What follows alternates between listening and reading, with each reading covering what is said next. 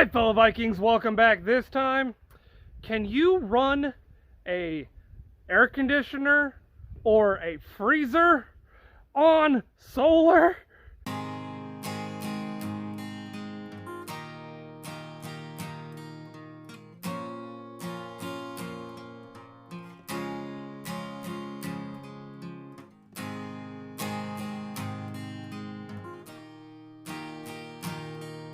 So, as you can see from my hair, all right, this is definitely blowing. It's blowing cold. It's obviously working. All right. Let's go out back and check out the freezer. All right. We can see that we can run a air conditioner, but what about a freezer, right? A deep freezer. So here I am out back. I have a tarp over top of my deep freezer, so that water doesn't like rain inside. You know, yes, there's a gasket on it, but it's an older deep freezer, so there's not much I can do about it. Sorry about the wind and the noise and all. There's not much I can do about that either. I'm off grid, you know. But yeah, the deep freezer right here. It's a huge deep freezer. Oh, if you can see that, you could literally fit 3 of me inside there. Like, I laid inside there, it fit me just fine. You know, like I legitimately laid inside there. Like if you killed me and my little sisters, we'd fit in there no problem. You know, you don't even have to chop us up. It's 6 foot long, so I mean it's a good deep freezer. Hey, there's a neighbor. Wave. Always wave at your neighbors, all right? If they don't know you, they assume you're friendly. But anyways, I'm gonna open this up and check it out. Okay. I don't know if you can see that. Yeah. There you go. It's completely full of ice. Right, hold on, I'm gonna grab out a block real quick. Okay, see, it's completely solid. Like, it's solid ice. Completely solid ice. Right, so how am I able to do this? I'm off grid. How am I able to run a giant deep freezer and an air conditioner at the same time, being off grid? You know, the generator's not going, all right? Let's go check on the batteries.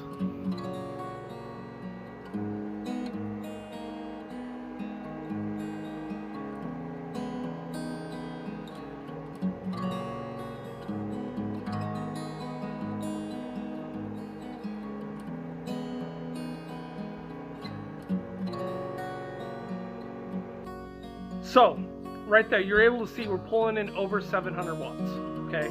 The air conditioner takes about 350 watts. Once the deep freezer is completely froze, it turns off, and it only takes a couple hundred at the very most, you know, just to keep going. Like, it turns on and turns off, turns on and turn off, right? So the once we have it, the deep freezer frozen, right, we have a crap ton of water in there. Like, it's over half of it is those gallon jugs of water, right? So out of that 6 foot, we're only using about 3 foot of it. All right, we have the food at the bottom, all right, in the center area, right, and then on either side we have the water jugs. All right, and with those water jugs, those freeze and they keep it frozen. All right, we're not able to run the air conditioner or the freezer completely overnight. All right, neither of them can we run overnight because we don't have enough batteries for it. And I don't want to damage the batteries we have.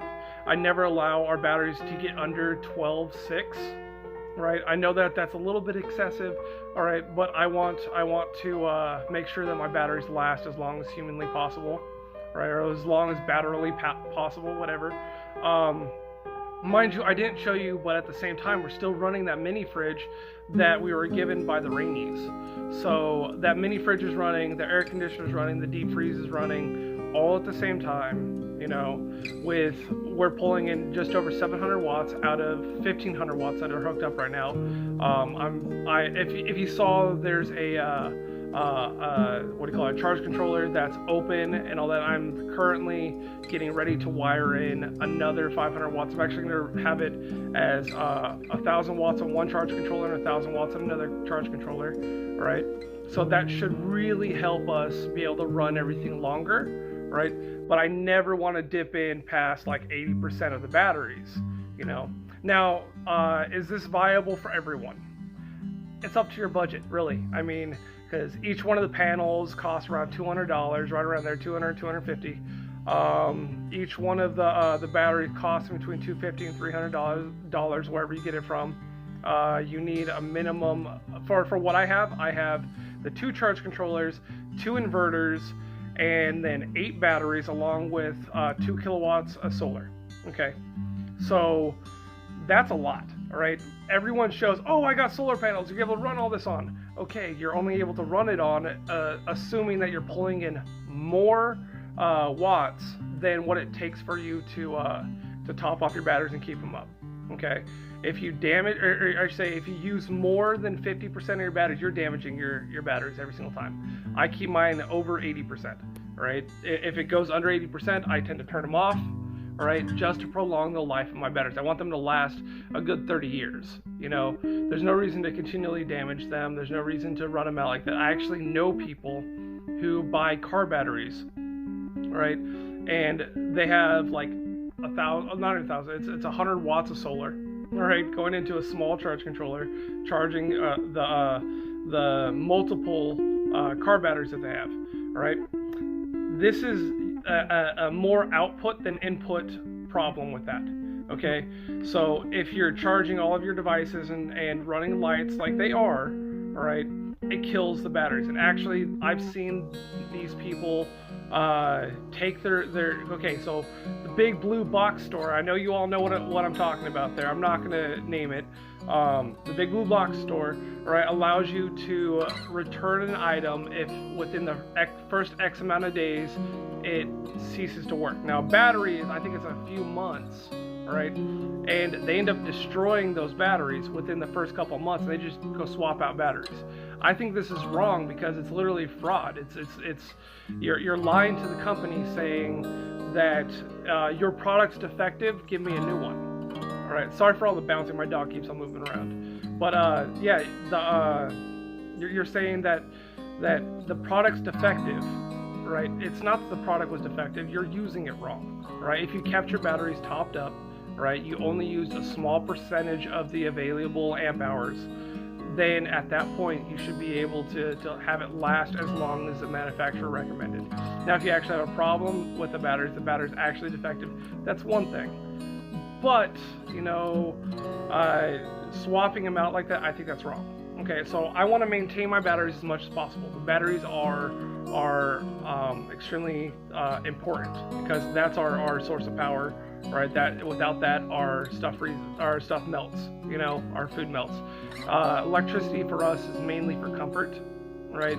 We don't need it. We know how to can. We know how to go to the creek and cool off and all that. So really, electricity is just for comfort. It's mainly for my dad, right? My dad demanded that he had a deep freezer.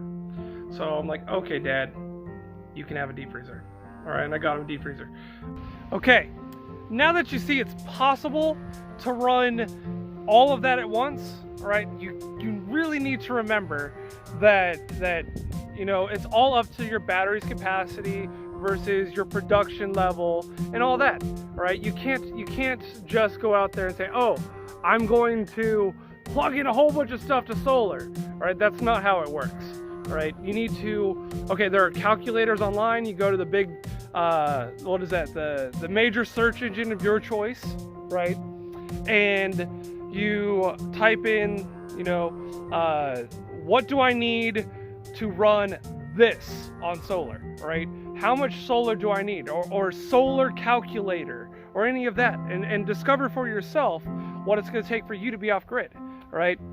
I have no problem not having power, all right? For me, it would take basically nothing. I'd need to charge my phone, and that's it, you know? That way you guys can see me, and I can talk to you and hang out with you guys, right? This right here is a little sneak peek for you. I don't know if you can tell what that is, but if you can, go ahead and put in the comments below what you think this is, what's going on here. Right. That being said, I'm going to take you guys over and show you the cute little goat dude as he's bouncing around and being all cute little goat dude like.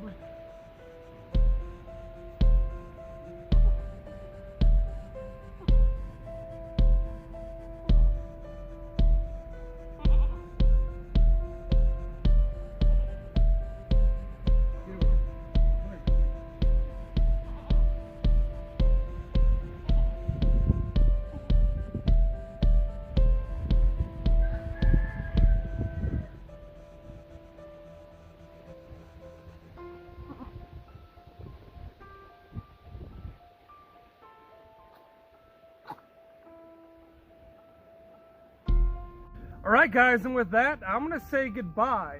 You know, hang out with some birds and just chill out next to a fire, which you can't see. It's right here. It's burning pretty tall. I'm sweating from it, and it's really hot today. But anyways, it has to be done, right? And I'll like comment below and tell me what you think about the cute little goat and your opinions about you know, solar power. Is it viable for you? That kind of stuff. I want to hear about that. And I'll talk to you guys later. Bye.